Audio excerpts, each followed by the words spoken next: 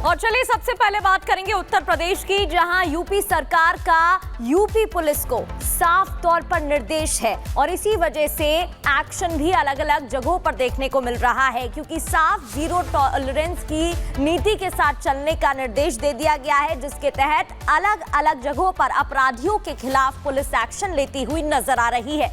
Report आपको दिखाते हैं।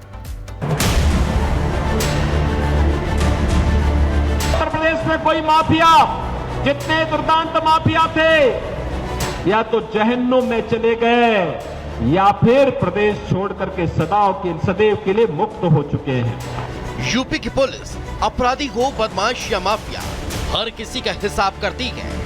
ऐसा कोई दिन नहीं जाता जब उत्तर प्रदेश से कुछ ऐसी तस्वीर सामने न आए जहां ऑपरेशन लंगड़ा के तहत कार्रवाई होती हो। यूपी पुलिस अपराध का ग्राफ लगातार साफ करती दिखाई दे रही है। योगी का वो एक्शन प्लान जिसके तहत यूपी पुलिस 7 सालों से काम कर रही है, वो आज भी एक्टिव है। तस्वीर उत्तर प्रदेश के नोएडा की, जहां 2 अलग अलग थाना क्षेत्रों में बदमाशों के साथ पुलिस की मुठभेड़ हुई, जिसमें पुलिस ने 5 लुटेरों को धर दबोचा। नोएडा में पहला मामला नॉलेज पार्क के पास शारदा चौक का है, जहां पुलिस ने 2 मोटरसाइकिल पर आ रखे 3 बदमाशों को रोका। दोनों ने भागते हुए फायरिंग कर दी। पुलिस की जवाबी कार्रवाई में एक बदमाश के पैर में गोली लगी और वो जख्मी हो गया। घायल बदमाश का नाम दिवाकर सिंह है, तो वहीं बाकी 2 बदमाश दीपांशु उपाध्याय और अभिषेक चौहान को भी गिरफ्तार कर लिया गया, जिनके पास से पुलिस ने चोरी की 2 मोटरसाइकिल, 2 चोरी के फोन, 1 अवैध तमंचा, जिंदा कारतूस और 1 खोखा कारतूस बरामद किया गया। तो वहीं दूसरा मामला नोएडा फेज 1 का बताया जा रहा है, जहाँ चेकिंग के दौरान पुलिस और बदमाशों के बीच मुठभेड़ हुई, जिसमें एक बदमाश के पैर में गोली लगी और वो जख्मी हो गया, जिसे गिरफ्तार कर लिया गया। तो वहीं दूसरा बदमाश भी कॉम्बिंग के दौरान धर दबोचा गया। इनके कब्जे से 5 मोबाइल फोन, चोरी की 1 मोटरसाइकिल व अवैध हथियार बरामद किए गए। उन्होंने पुलिस के ऊपर जान से मारने की नीयत से फायर किया। पुलिस द्वारा आत्मरक्षार्थ फायर किया गया, जिसमें एक व्यक्ति की गोली लगी। घायल व्यक्तियों से और जो मौके से पकड़ा गया उनसे पूछताछ की गई तो स्पष्ट हुआ ये व्यक्ति चोर, मोबाइल स्नेचर और वाहन चोर हैं।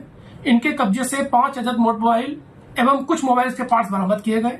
हाल के दिनों में थाना फेज 1 के अंतर्गत 2 मोबाइल स्नैचिंग घटना हुई थी, जो कि मोबाइल इनसे बरामद किए गए हैं और इनसे जो चोरी की मोटरसाइकिल बरामद की गई उसका भी मुकदमा दिल्ली में लिखा हुआ है।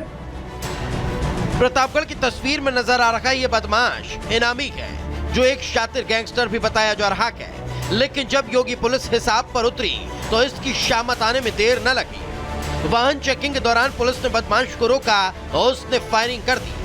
पुलिस की जवाबी कार्रवाई में उसके पैर में गोली लगी, जिसे गिरफ्तार कर लिया गया, जिसके पास से पुलिस ने तमंचा, कारतूस और बाइक बरामद की। इस एक्शन के साथ योगी फोर्स ने यह भी साफ कर दिया कि साल 2025 में जीरो टॉलरेंस नीति जारी रहेगी, जिसके बीच में अगर कोई आएगा तो उसका कानून के हाथों से बचना मुश्किल ही नहीं, नामुमकिन होगा। Bureau report, Republic Bharat.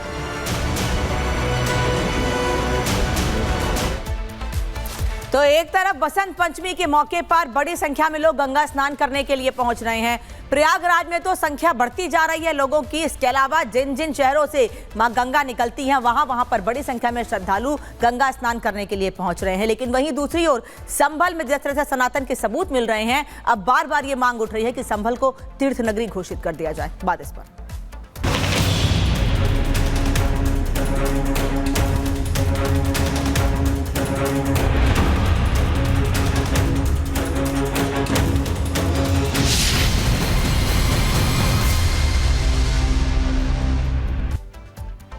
तो बसंत पंचमी के मौके पर प्रयागराज में महास्नान जारी है। वहीं उत्तर प्रदेश के दूसरे धार्मिक शहरों में आज से शुभ अवसर पर सरकार की नई परियोजनाएं दस्तक दे रही हैं। मुख्यमंत्री योगी संभल नगरी को धर्म नगरी का पूरा प्लान तैयार कर चुके हैं। समय समय पर इसके संदेश भी दिए जा रहे हैं, जो बसंत पंचमी के मौके पर देखने को मिल रहे हैं। डीएम समेत अधिकारियों ने 11 किलोमीटर की पदयात्रा की है। मकसद संभल नगरी के जीर्णोद्धार का है।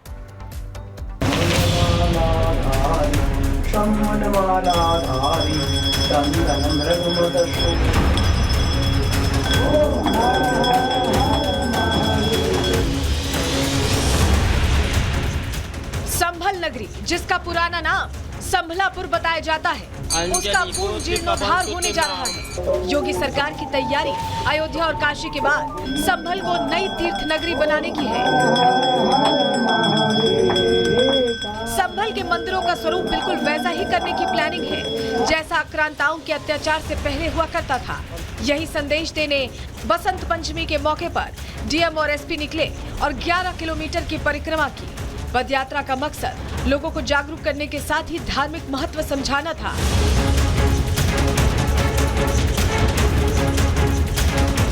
डीएम और एसपी के साथ अधिकारियों ने 24 कोसीय परिक्रमा मार्ग पर पद यात्रा की, जिसमें 8 गांव और 68 तीर्थ स्थलों के साथ 19 कूप की जानकारी ली। यात्रा मार्ग में जो भी अवरोध आए उस पर बात हुई और दोषियों के खिलाफ कार्रवाई का भरोसा दिया। वंश गोपाल मंदिर जहां परिक्रमा आरंभ होती है, वहां से परिक्रमा आरंभ की लगभग 10 से 11 किलोमीटर की यात्रा हमारी ये जो भोलेश्वर चौकी है यहाँ पर पूर्ण हुई। तो इस यात्रा मार्ग में जो अवरोध आए उनके बारे में हमने बात की। दूसरा, जहाँ रोड बननी है, जहाँ लाइटिंग होनी है, हमारे लगभग 22 नलकूप जो गवर्नमेंट के हैं वो भी रास्ते में आते हैं। उन नलकूपों को एक अच्छा रमणीय स्थल जहां बैठ सके व्यक्ति, अपना फ्रेश हो सके, पानी पी सके, इस तरह का स्थान बनाने का भी हमारा विचार है। संभल में जब से जामा मस्जिद में हरि मंदिर होने का दावा किया गया है, उसके बाद से संभल तीर्थ नगरी के कई सबूत सामने आए हैं। ऐसे कई मंदिर आज भी संभल में मौजूद हैं, जिनकी हालत आज की तारीख में दयनीय है, लेकिन इसके स्वरूप बदलने की कमान डीएम खुद अपने हाथ में ले चुके हैं।